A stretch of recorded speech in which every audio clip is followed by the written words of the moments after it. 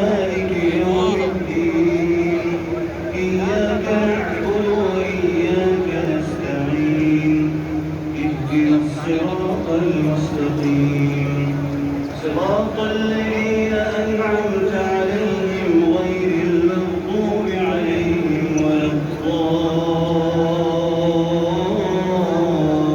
الضالين آمين. والنجم إذا هوى ما ضل صاحبكم وما غوى وما ينطق عن الهوى إن هو إلا وحي يوحى علمه شديد القوى ذو مرة فاستوى وهو بالأفق الأعلى ثم دنا فتدلى فكان قاب قوسين أو أدنى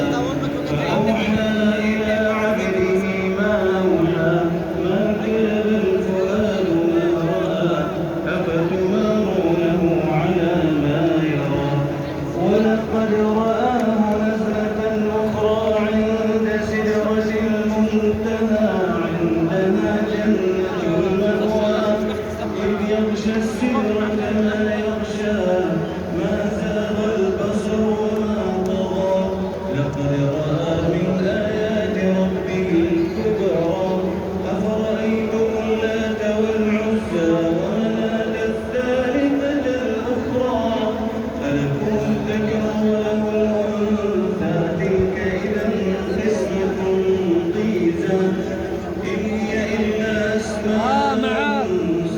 سميتموها أنتم وآباؤكم ما أنزل الله بها من سلطان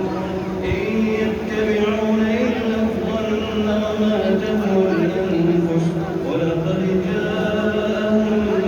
من ربهم هدى أم للإنسان ما تمنى فلله الآخرة والأولى وكم من ملك في السماوات لا تغني شفاعتهم شيئا إلا من بعد أن يأذن الله إلا من بعد أن